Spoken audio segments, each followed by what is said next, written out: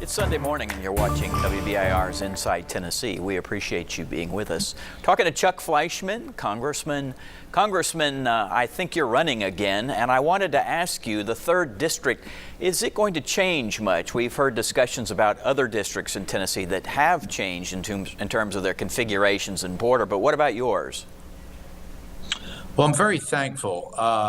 And let me say this, for this year, I will continue to represent the 3rd District as it exists and as was written 10 years ago.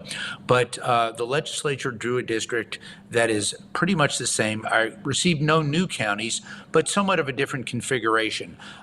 Fortunately, and I say this, I will now be representing all of Bradley County if I'm successful in the November election. So that is a good change. It had been divided.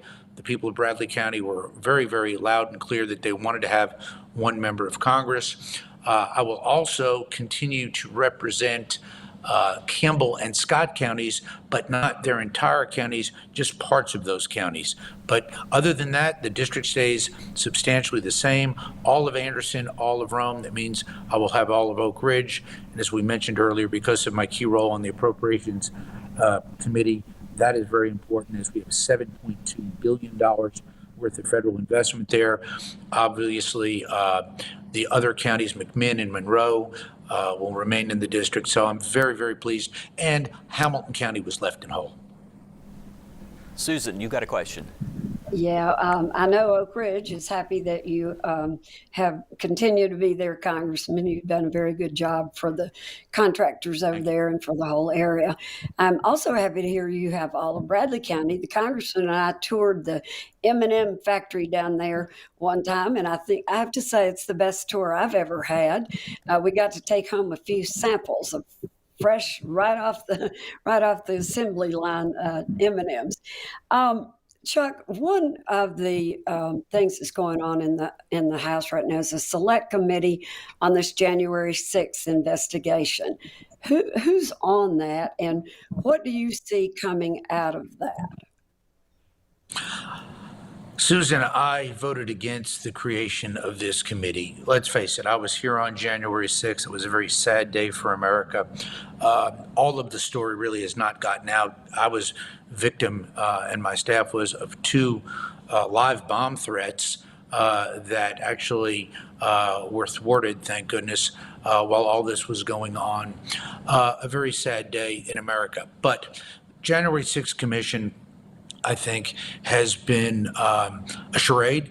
The Republicans on there, specifically Liz Cheney and Adam Kinzinger, I really don't think have done a good job for Republicans.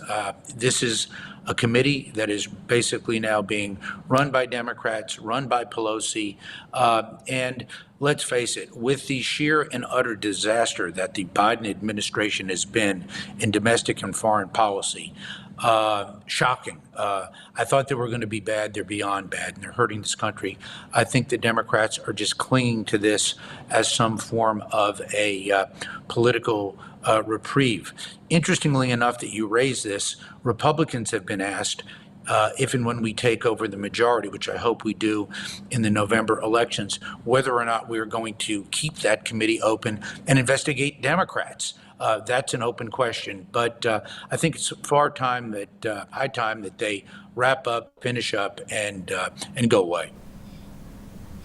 So, what about, Chuck, I could take the whole. Let me just I'm follow, sorry, go ahead, John. Let me just follow up real quick on that and ask you if I could. I knew there would be that. Yeah, I'm just curious, do you see any value in any kind of an investigative committee if the Republicans take over? Well, that's yet to be seen. Obviously, there have been ongoing investigations by federal officials and other officials, separate and aside from the January 6th committee, which I think have been more than sufficient. But it's yet to be seen. I have not really been privy to what they are doing. I've been rather disappointed by some of the things that they have engaged in. Again, I think it's right now more political theater than anything. The American people want the economy fixed, COVID dealt with, our foreign policy restored. Again, I'm just sad to see this go on and on and on. Perhaps the Democrats feel that there is some political gain to that, but as you know, Kinzinger is retiring.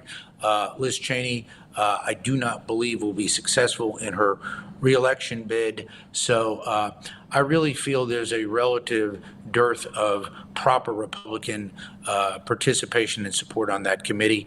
Hence, I believe it's a Democratic witch hunt. Don, go ahead. Well, as I was about to say, Chuck, I could spend the whole show rebutting. Frankly, I find you to be often reasonable, but rebutting what I think are wholly unreasonable statements about Biden, the administration, domestic and foreign. Like any administration, there are growing pains. But I think, frankly, we're sitting out here at 3% unemployment, lowest in 70 years. The economy is, in fact, booming. That does create pressure. And since you and I both went to school together and neither one of us were good physics students, where there's a reaction, there will be a corresponding reaction. And so when wages are up, unemployment's low, we have inflation.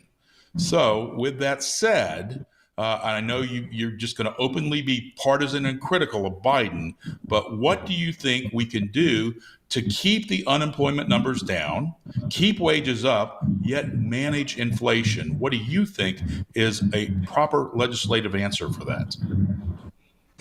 Great question, Don. And I respect you, but I could not disagree with you more on the Biden administration. From the inception, President Biden, who I hoped would have governed more towards the center, took out his executive pen and did everything wrong in terms of edge energy. He canceled the pipeline, the Keystone pipeline that our friends in business and labor needed.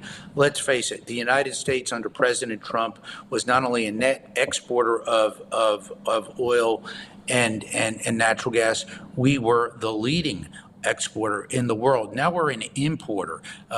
It's about supply and demand. Go to the supermarket, go to the gas pump, talk to the housewife who has to figure out how to deal with that budget. Time and time again, whether it's been domestic policy or foreign policy, the Biden administration, I think just to do it, has taken a pivotal turn away from where the Trump administration was. I think what they need to do is reassess, Don, get corporate leaders in, get labor leaders in, get community leaders in, and take a good look at the great things that were going on in the Trump administration with the economy and address that.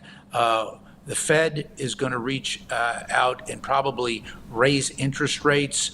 And the problem is we're $30 trillion in debt. A lot of the money that we basically borrowed in the past 2 years to deal with COVID is coming up on short-term refinancing. I'm very concerned about that. So in a nutshell, Don, embrace the free enterprise system, ignore the radical left, as they call themselves, progressives, and get back to good fundamental basics. We do in the great state of Tennessee. That's why businesses come to Tennessee. Keep taxes low, regulations low, expectations moving in an optimistic direction. But Don, basically cherish the free enterprise system. I was going to say this is a good opportunity for us to take a break. We're talking to Congressman Chuck Fleischmann. We will be back.